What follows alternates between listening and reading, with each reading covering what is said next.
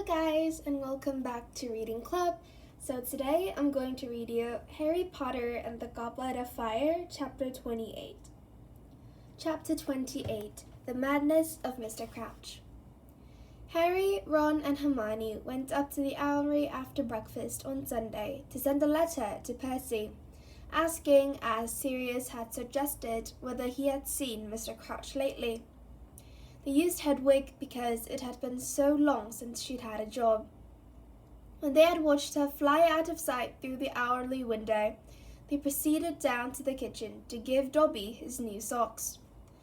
The house elves gave them a very cheery welcome, bowing and curtsying and bustling around, making tea again. Dobby was ecstatic about his present.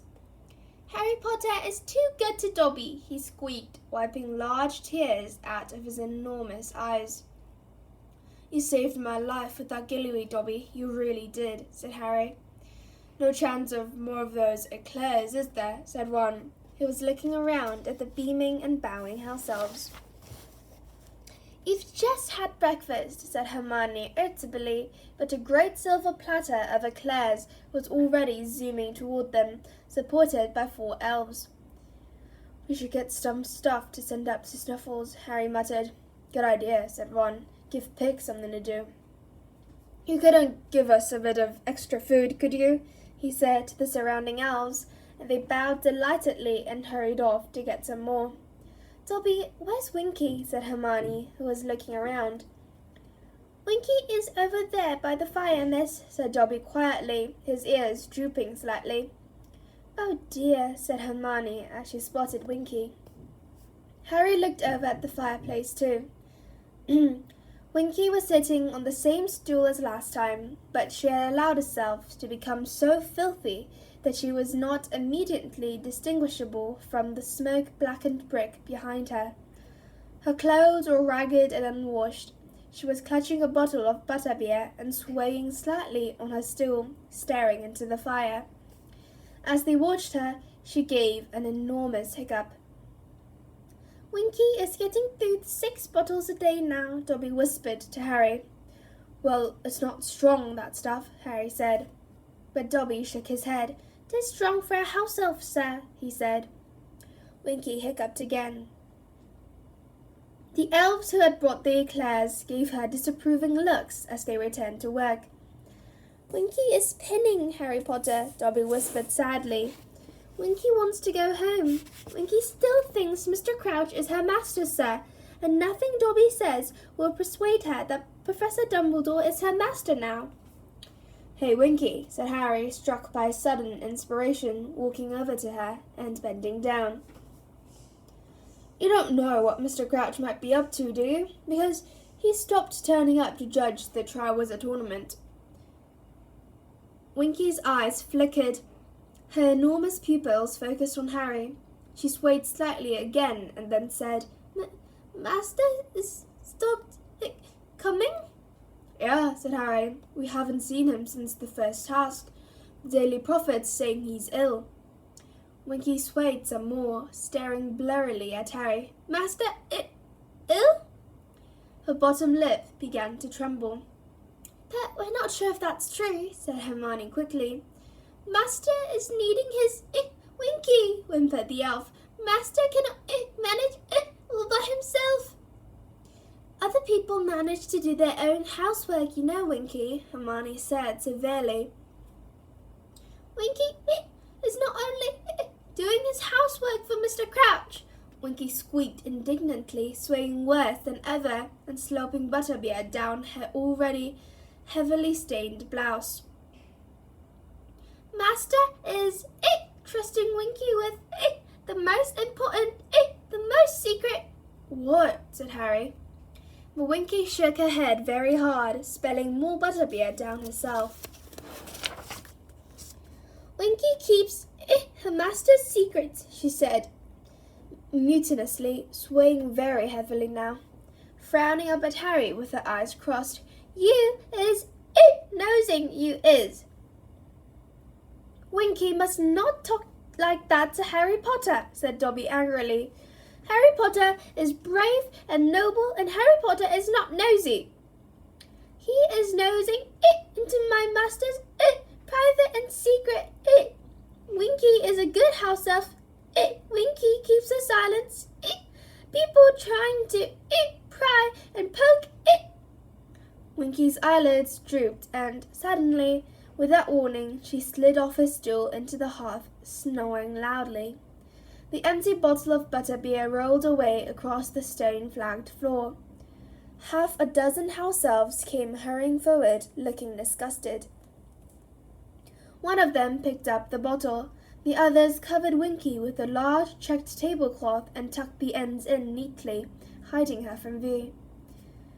"We are sorry you had to see that, sirs and miss," squeaked a nearby elf, shaking his head and looking very ashamed. "We's hoping you will not judge us all by Winky, sirs and miss." "She's unhappy," said Hermione, exasperated. "Why don't you try and cheer her up instead of covering her up?" "Begging your pardon, miss," said the house elf, bowing deeply again. "The house elves has no right to be unhappy when there is work to be done and masters to be served." "Oh, for heaven's sake," Hermione cried. "Listen to me, all of you. You've got just as much right as wizards to be unhappy. You've got the right to wages and holidays and proper clothes. You don't have to do everything you're told. Look at Dobby." "Miss will please keep Dobby out of this," Dobby muttered, looking scared. The cheery smiles had vanished from the faces of the house elves around the kitchen. They were suddenly looking at Hermione as though she was mad and dangerous. "We has your extra food," squeaked an elf at Harry's elbow, and he shoved a large ham, a dozen cakes, and some fruit into Harry's arms. "Goodbye."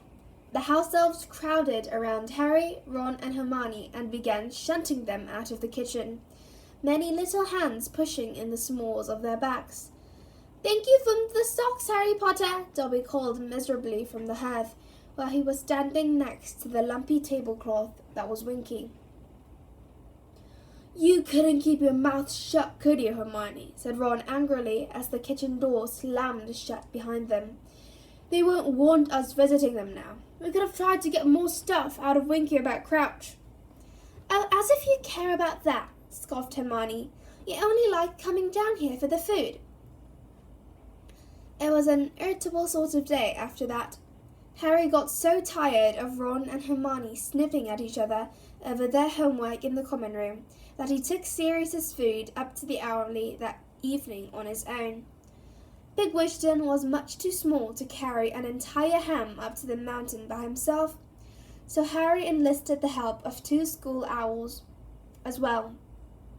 When they had set off into the dark, looking extremely odd carrying the large packages between them, Harry leaned on the windowsill, looking out of the grounds at the dark, rustling treetops of the Forbidden Forest and the rippling sails of the Durmstrang ship.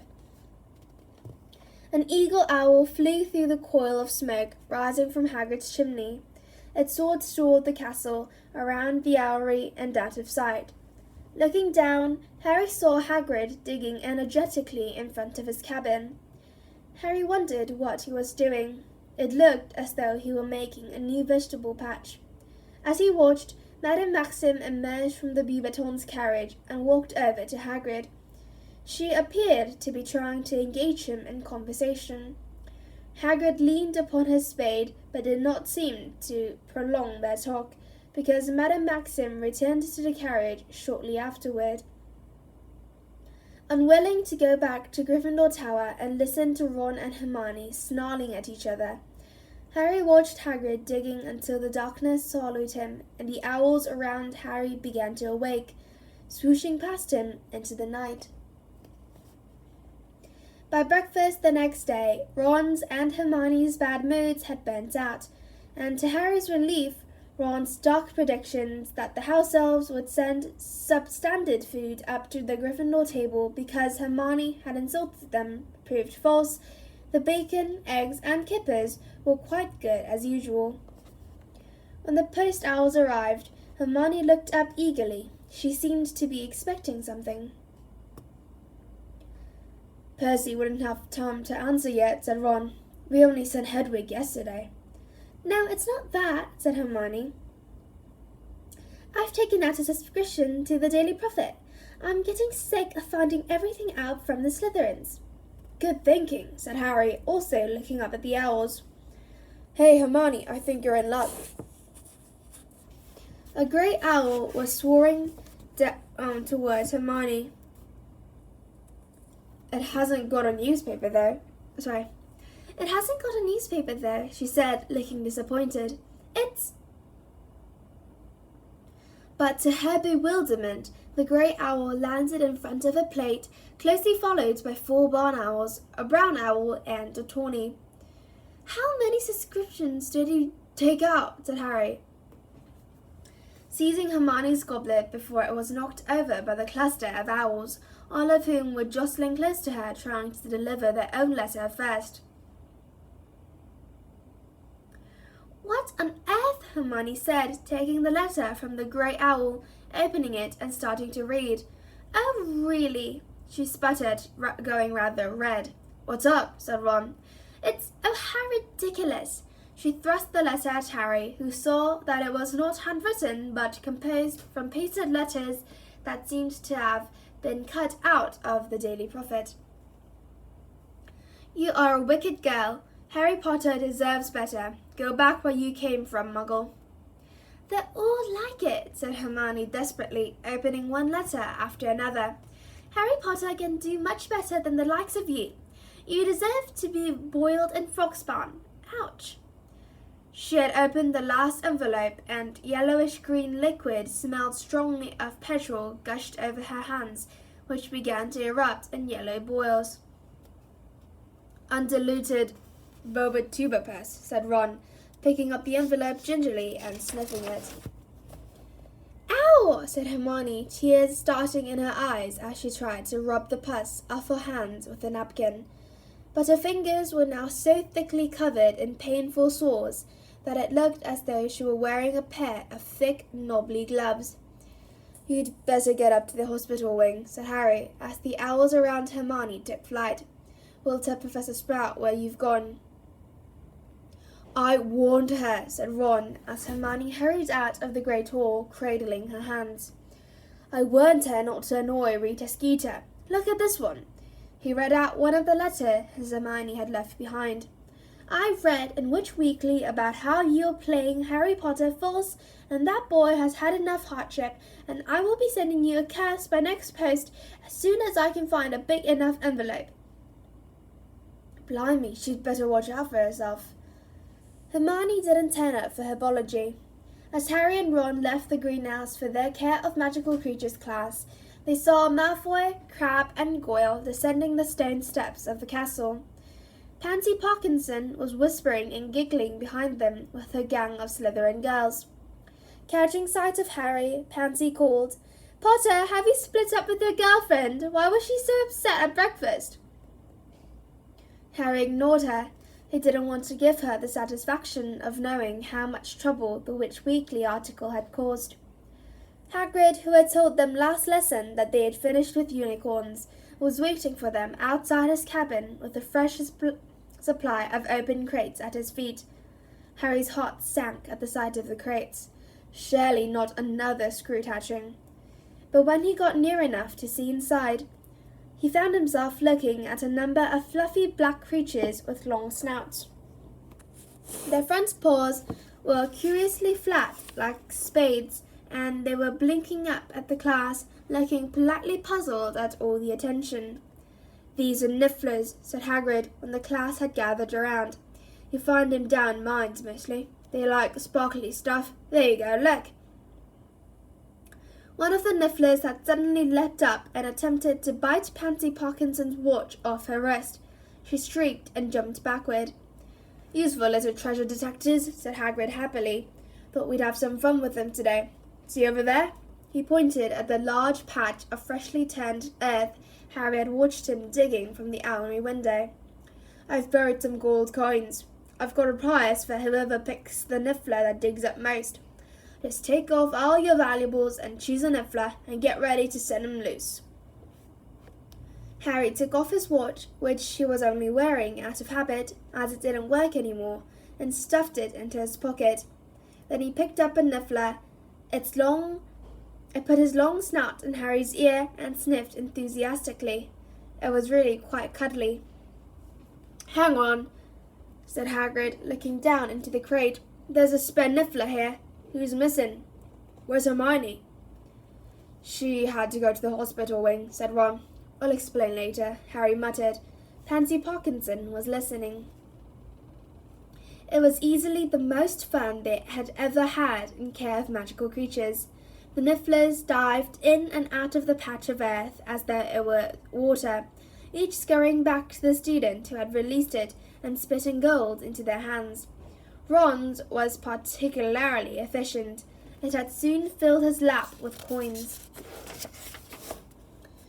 "Can you buy these as pets, Hagrid?" he asked excitedly as his niffler dived back into the soil, splattering his robes.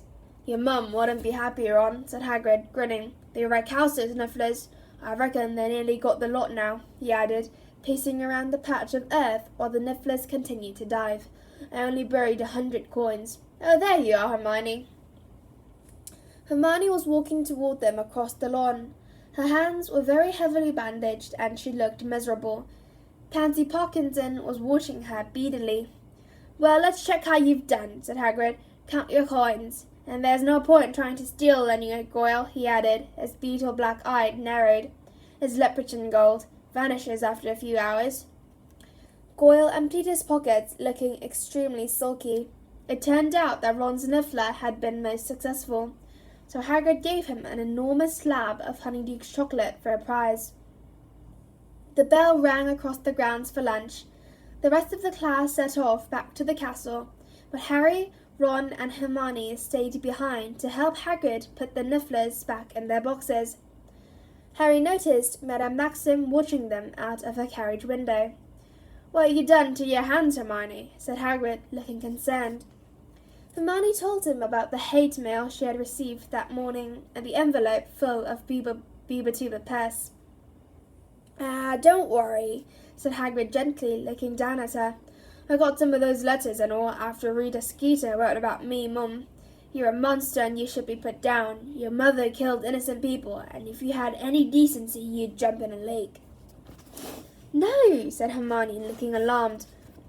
"Yeah," said Hagrid, leaving the niffler crates over by his cabin wall. "They're just nutters, Hermione. Don't open 'em if you get any more. Chunk 'em straight in the fire." "You missed a really good lesson," Harry told Hermione as they headed back toward the castle. "They're good nifflers, aren't they, Ron?" Ron, however, was frowning at the chocolate Hagrid had given him. He looked thoroughly put out about something. "What's the matter?" said Ron. "Wrong flavour?"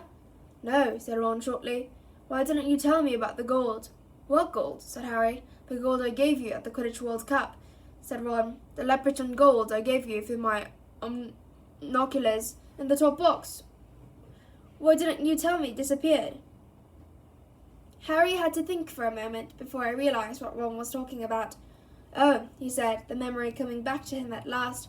"I don't know. I never noticed it had gone. I was more worried about my wand, wasn't I?" They climbed the steps into the entrance hall and went into the great hall for lunch. "Must be nice," Ron said abruptly when they had sat down and started serving themselves roast beef and Yorkshire puddings. "To have so much money you don't notice if a pocketful of galleons goes missing." "Listen, I had other stuff on my mind that night," said Harry impatiently. "We all did, remember?" "I didn't know leprechaun gold vanishes," Ron muttered. "I thought I was paying you back. You shouldn't have given me that cuddly chuntin hat for Christmas." "Forget it, all right?" said Harry. Ron speared a roast potato on the end of his fork, glaring at it. Then he said, "I hate being poor." Hermione and Harry looked at each other. Neither of them really knew what to say. "It's rubbish," said Ron, still glaring down at his potato. "I don't blame Fred and George for trying to make some extra money. Wish I could. Wish I had a niffler." "Well, we know what to get you next Christmas," said Hermione brightly. Then, when Ron continued to look gloomy, she said, "Come on, Ron, it could be worse. At least your fingers aren't full of pus."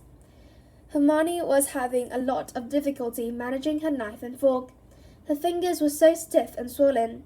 "I hate that Skeeter woman," she burst out savagely. "I'll get her back for this if it's the last thing I do."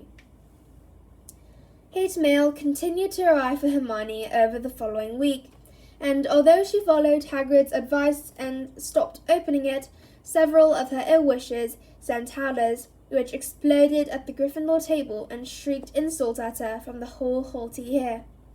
Even those people who didn't read Witch Weekly knew all about the supposed Harry, Crumb, Hermione triangle now.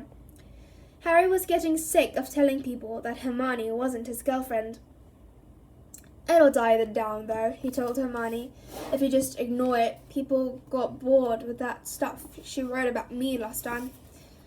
"I want to know how she's listening into private conversations when she's supposed to be banned from the grounds," said Hermione angrily. Hermione hung back in their next defense against the dark arts lesson to ask Professor Moody something. The rest of the class was very eager to leave. Moody had given them such a rigorous test of hex deflection that many of them were nursing small injuries. Harry had such a bad case of twitchy ears, he had to hold his hands clamped over them as he walked away from the class. "Well, Rita's definitely not using an invisibility cloak," Hermione panted 5 minutes later, catching up with Harry and Ron in the entrance hall and pulling Harry's hand away from one of his wiggling ears so that he could hear. "Moody says he didn't see her anywhere near the judges' table at the second task, or anywhere near the lake." "Hermione, is there any point in telling you to drop this?" said Ron. "No," said Hermione stubbornly. "I want to know how she heard me talking to Victor, and how she found out about Hagrid's mom." "Maybe she had you bugged," said Harry. "Bugged?" said Ron blankly. "What, put fleas on her or something?" Ron and Harry started explaining about hidden microphones and recording equipment. Ron was fascinated, but Hermione interrupted them. "Aren't you two ever going to read Hogwarts history?" "What's the point?" said Ron. "You know it by heart. We can just ask you." "All those substitutes for magic muggles use, electricity, computers, and radar, and all these things, they all go haywire around Hogwarts. There's too much magic in the air. No, Rita's using magic to eavesdrop. She must be. If I could just find out what it is, or if it's illegal, I'll have her." "Haven't we got enough to worry about?" Ron asked her. "Do you have to start a vendetta against Rita Skeeter as well?" "I'm not asking you to help," Hermione snapped. "I'll do it on my own." She marched back up the marble staircase without a backward glance. Harry was quite sure she was going to the library. "What's the betting she comes back with a box of I Hate Rita Skeeter badges?" said Ron. Hermione, however, did not ask Harry and Ron to help her pursue vengeance against Rita Skeeter, for which they were both grateful because their workload was mounting ever higher in the days before the Easter holidays.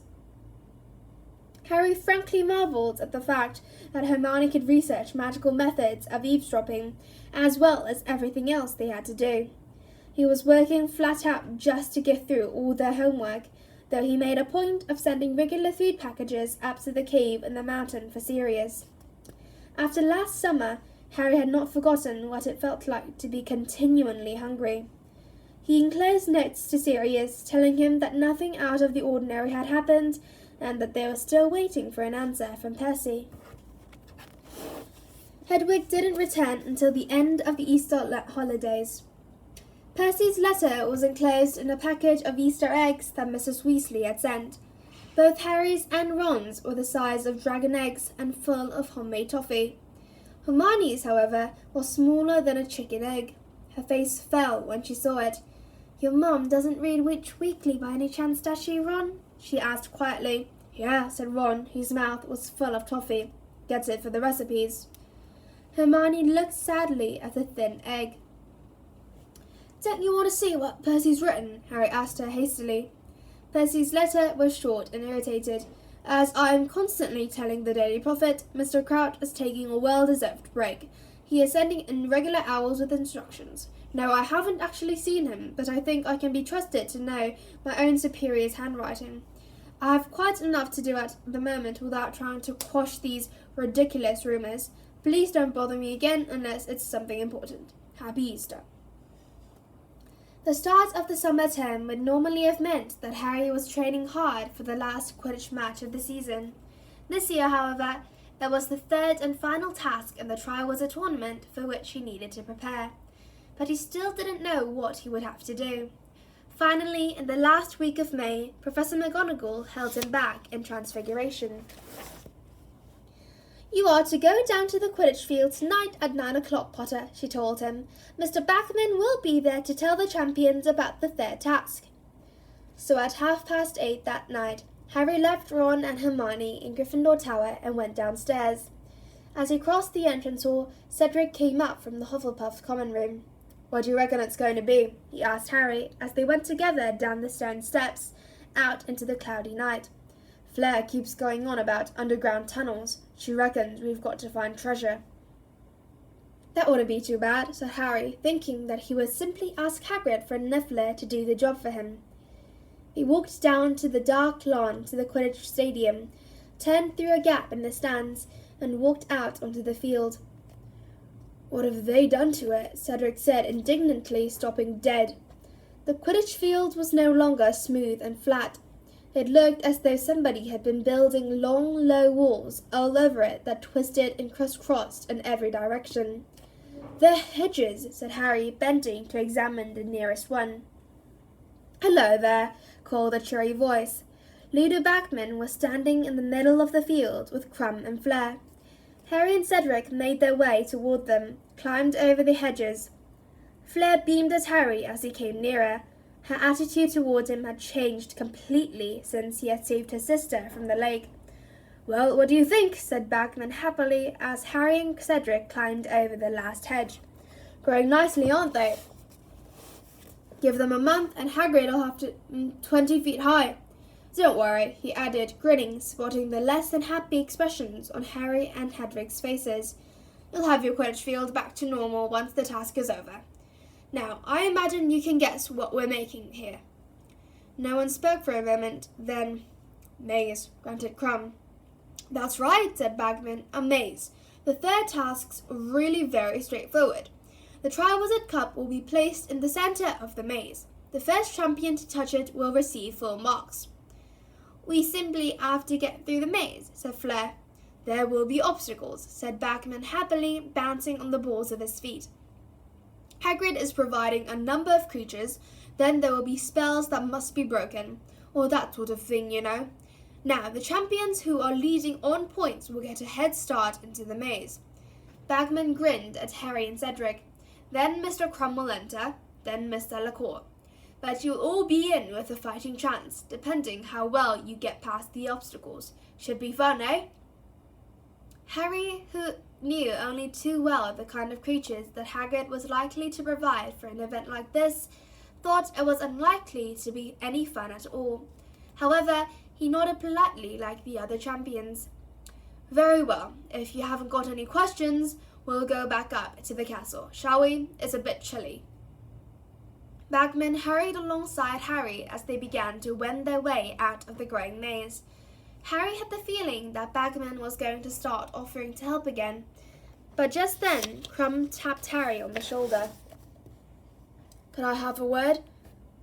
"Yeah, all right," said Harry, slightly surprised. "Will you walk with me?" "Okay," said Harry curiously. Bagman looked slightly perturbed. "I'll wait for you, Harry, shall I?" "No, it's okay, Mr. Bagman," said Harry, suppressing a smile. "I think I can find the castle on my own, thanks." Harry and Crumb left the stadium together, but Crumb did not set a course for the Durmstrang ship. Instead, he walked toward the forest. "What are we going this way for?" said Harry, as they passed Hagrid's cabin and the illuminated Beauxbatons carriage. "Don't want to be overheard," said Crumb shortly. When at last they had reached a quiet stretch of ground a short way from the Beauxbatons' horse paddock, Crumb stopped in the shade of the trees and turned to face Harry. "I want to know," he said, glowering, "what is there between you and Hermione?" Harry, who from Crumb's secretive manner had expected something much more serious than this, stared up at Crumb in amazement.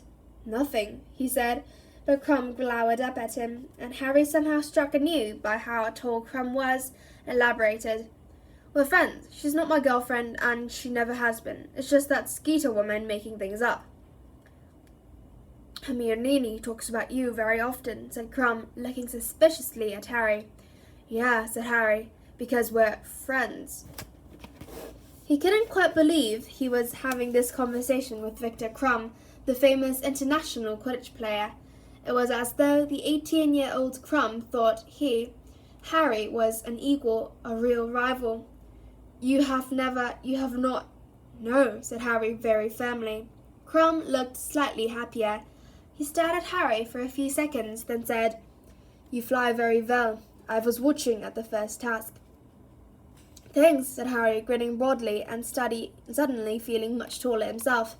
I saw you at the Quidditch World Cup. The once you faint, you're really... But something moved behind Crumb in the trees, and Harry, who had some experience of the sort of thing that lurked in the forest, instinctively grabbed Crumb's arm and pulled him around. What is it? Harry shook his head, staring at the place where he had seen movement. He slipped his hand inside his robes, reaching for his wand. Suddenly, a man staggered out from behind a tall oak. For a moment, Harry didn't recognize him. Then he realized it was Mr. Crouch. He looked as though he had been traveling for days. The knees of his robes were ripped and bloody, his face scratched. He was unshaven and grey with exhaustion. His neat hair and moustache were both in need of a wash and a trim. His strange appearance, however, was nothing compared to the way he was behaving. Muttering and gesticulating, Mr. Crouch appeared to be talking to someone that he alone could see. He reminded Harry vividly of an old tramp he had seen once when out shopping with the Dursleys. That man, too, had been conversing wildly with thin air. Aunt Petunia had seized Dudley's hand and pulled him across the road to avoid him. Uncle Vernon had then treated the family to a long rant about what he would like to do with beggars and vagrants. Wasn't he a judge? Said Crumb, staring at Mr. Crouch. Isn't he with your ministry? Harry nodded, hesitated for a moment, and then walked slowly toward Mr. Crouch, who did not look at him but continued to talk to a nearby tree. And when you've done that, Weatherby, send an owl to Dumbledore confirming the number of Durmstrang students who will be attending the tournament. Cockcroft had just sent word there will be 12.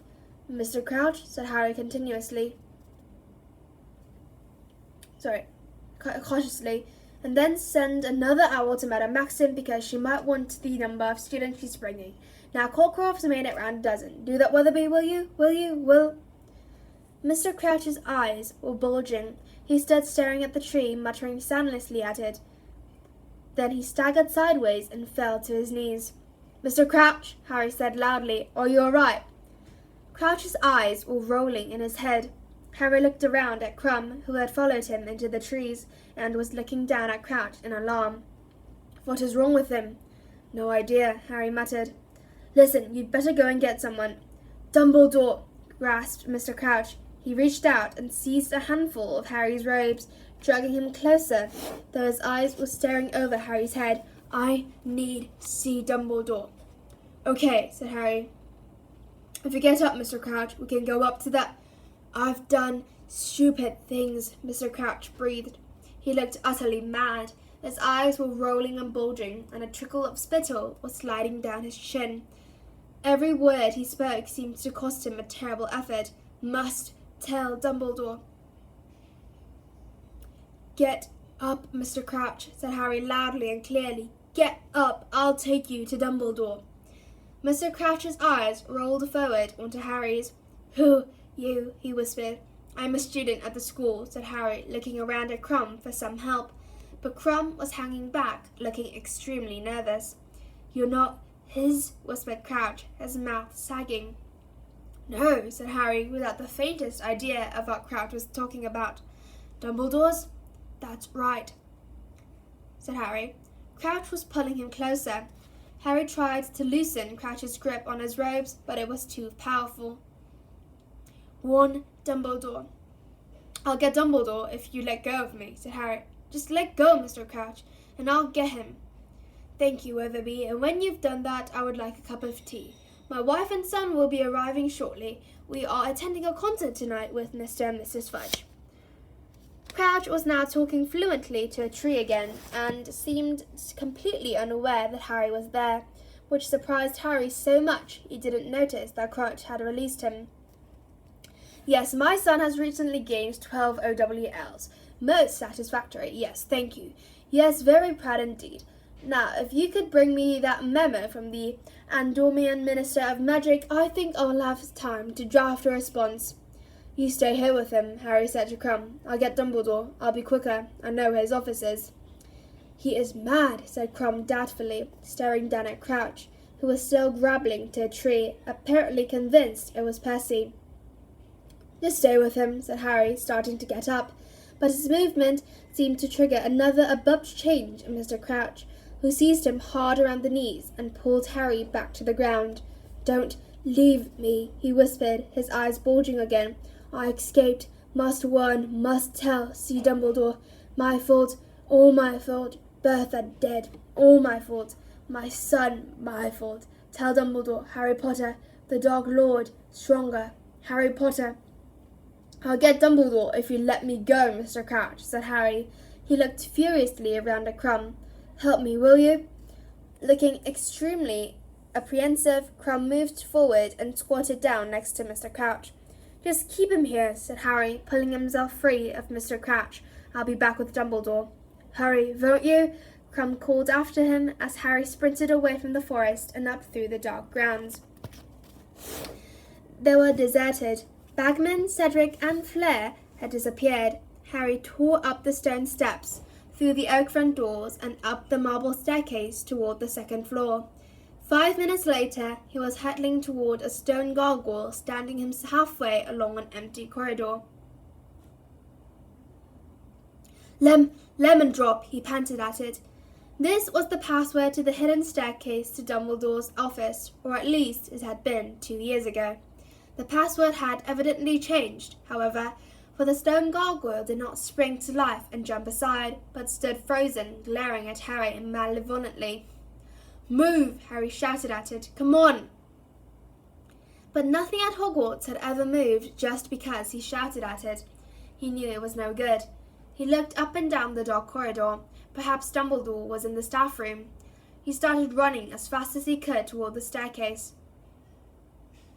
Potter! Harry skidded to a halt and looked around. Snape had just emerged from the hidden staircase behind the stone gargoyle. The wall was sliding shut behind him even as he beckoned Harry back toward him. What are you doing here, Potter? I need to see Professor Dumbledore, said Harry, running back up the corridor and skidding to a standstill in front of Snape instead. It's Mr. Crouch. He's just turned up. He's in the forest. He's asking... What's this rubbish? Said Snape, his black eyes glittering. What are you talking about? Mr. Crouch, Harry shouted. From the Ministry. He's ill or something. He's in the forest. He wants to see Dumbledore. Just give me the password up to... The headmaster is busy, Potter, said Snape, his thin mouth curling into an unpleasant smile. I've got to tell Dumbledore, Harry yelled. Didn't you hear me, Potter? Harry could tell Snape was thoroughly enjoying himself, denying Harry the thing he wanted when he was so panicky. Look, said Harry angrily. Crouch isn't right. He's out of his mind. He says he wants to warn. The stone wall behind Snape slid open. Dumbledore was standing there, wearing long green robes and a mildly curious expression. Is there a problem? He said, looking between Harry and Snape. Professor, Harry said, sidestepping Snape before Snape could speak. Mr. Crouch is here. He's down in the forest. He wants to speak to you. Harry expected Dumbledore to ask questions, but to his relief, Dumbledore did nothing of the sort. Lead the way, he said promptly, and he swept off along the corridor behind Harry, leaving Snape and standing next to the gargoyle and looking twice as ugly.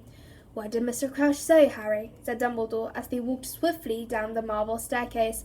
Said he wants to warn you. Says he's done something terrible.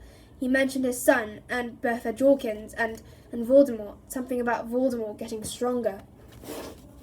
Indeed, said Dumbledore, and he quickened his pace as they hurried out into the pitch darkness.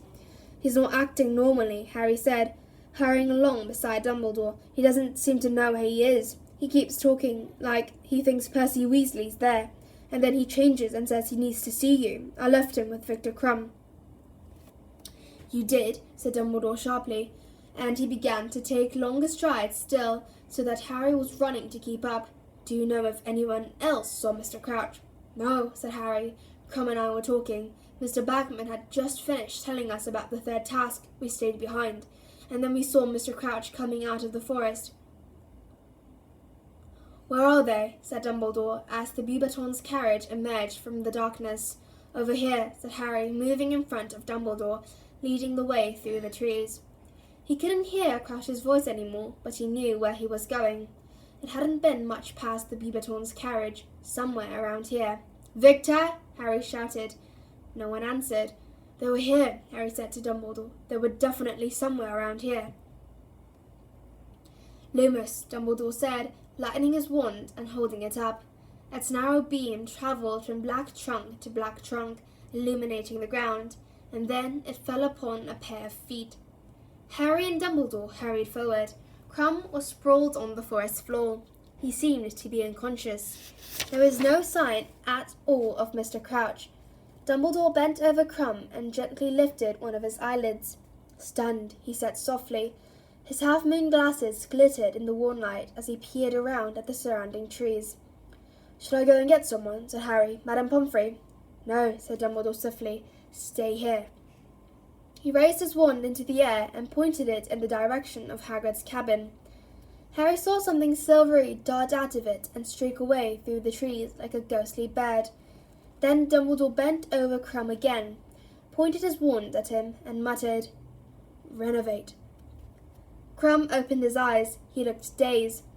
When he saw Dumbledore, he tried to sit up, but Dumbledore put a hand on his shoulder and made him lie still. "He attacked me," Crumb muttered, putting a hand up to his head. "The old madman attacked me. I was looking around to see where Potter had gone, and he attacked from behind." "Lie still for a moment," Dumbledore said. The sound of thunderous footfalls reached him, and Hagrid came panting into sight with Fang at his heels. He was carrying his crossbow. "Professor Dumbledore," he said, his eyes widening. "Harry, what the—" "Hagrid, I need you to fetch Professor Karkaroff," said Dumbledore. "His student had been attacked. When you've done that, kindly alert Professor Moody." "No need, Dumbledore," said a wheezy growl. "I'm here." Moody was limping toward them, leaning on his staff, his wand lit. "Damn leg," he said furiously. "Would have been here quicker. What's happened? Snape said something about Crouch." "Crouch?" said Hagrid blankly. "Karkaroff, please, Hagrid," said Dumbledore sharply. "Oh yeah, right you are, Professor," said Hagrid, and he turned and disappeared into the dark trees, Fang trotting after him. "I don't know where Barty Crouch is," Dumbledore told Moody, "but it is essential that we find him." "I'm on to it," growled Moody, and he raised his wand and limped off into the forest. Neither Dumbledore nor Harry spoke again until they heard the unmistakable sound of Hagrid and Fang returning. Karkaroff was hurrying along behind him. He was wearing his sleek silver furs, and he looked pale and agitated. "What is this?" he cried when he saw Crumb on the ground and Dumbledore and Harry beside him. "What's going on?" "I was attacked," said Crumb, sitting up now and rubbing his head. "Mr. Crouch, or whatever his name." "Crouch attacked you? Crouch attacked you? The Triwizard Judge!" Dumbledore began, but Karkaroff had drawn himself up, clutching his furs around him, looking livid. "Treachery!" he bellowed, pointing at Dumbledore. "It is a plot! You and your Ministry of Magic have lured me here under false pretenses, Dumbledore. This is not equal competition. First, you sneak Potter into the tournament, though he's underage. Now one of your Ministry friends attempts to put my champion out of action. I smell double-dealing and corruption in this whole affair. And you, Dumbledore, you with your talk of closer international wizarding links, or rebuilding old ties, or forgetting old differences. Here's what I think of you." Karkaroff spat onto the ground at Dumbledore's feet. In one swift movement, Hagrid seized the front of Karkaroff's furs, lifted him into the air, and slammed him against the nearby tree. "Apologize," Hagrid snarled as Karkaroff gasped for breath. Hagrid's massive fist at his throat, his feet dangling in midair.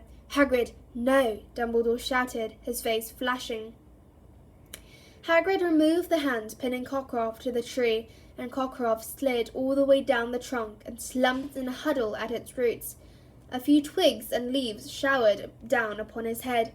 "Kindly escort Harry back up to the castle, Hagrid," said Dumbledore sharply. Breathing heavily, Hagrid gave Cockcroft a glowering look. "Maybe I'd better stay here, Headmaster." "You will take Harry back to school, Hagrid," Dumbledore repeated firmly. "Take him right up to Gryffindor Tower. And Harry, I want you to stay there. Anything you might want to do, any owls you might want to send, they can wait until morning. Do you understand me?" Yes," said Harry, staring at him. How had Dumbledore known that at that very moment he had been thinking about sending Pigwidgeon straight to Sirius to tell him what had happened? "I'll leave Fang with you, Headmaster," Hagrid said, staring menacingly at Cockcroft, who was still sprawled at the foot of the tree, tangled in furs and tree roots. "Stay, Fang. Come on, Harry."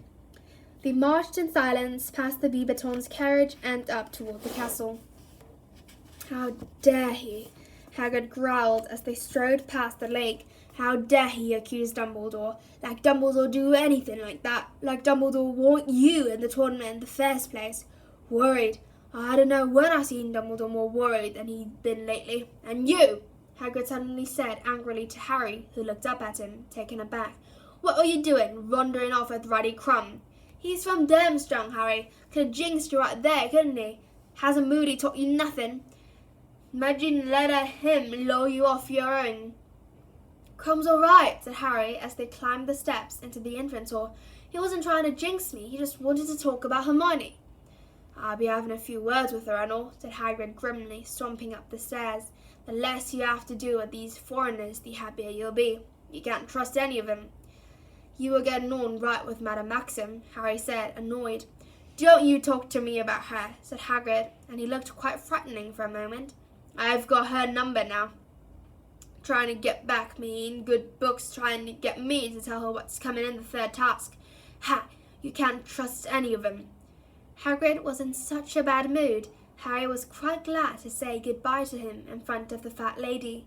He clambered through the portal into the common room and hurried straight for the corner where Ron and Hermione were sitting to tell them what had happened. So that's the end of this chapter. I hope you enjoyed it, and if you did, please click many likes and subscribe Reading Club. So I'll come back later with a new and improved channel. Thank you for listening, guys. See you next Sunday.